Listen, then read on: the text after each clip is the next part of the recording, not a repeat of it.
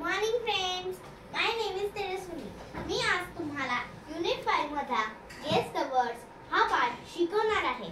Let's start. सुरुवात करूया. Read aloud and guess the missing words.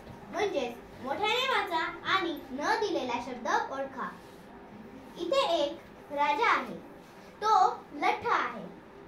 Once there was a king. He was fat. एक राजा होता.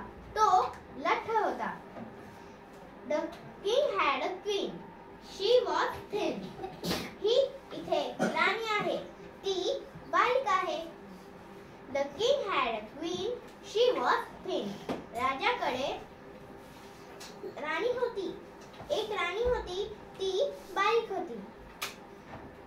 इथे एक फ्रॉग आहे आणि तो लीफच्या खाली आहे. Under the frog there was a leaf. The frog saw a rabbit.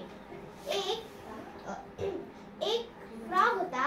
तो लीफच्या खाली होता. त्याने सस्याला पाहिले. There were 3 goats near the gate. इथे 3 गोट गेटच्या जवळ आहेत. 2 of them were white. 2 या पांढऱ्या आहेत. 1 was black आणि एक काळी आहे.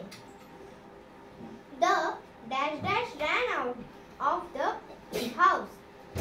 एक उंदीर आहे आणि तो घराच्या बाहेर पळत आहे.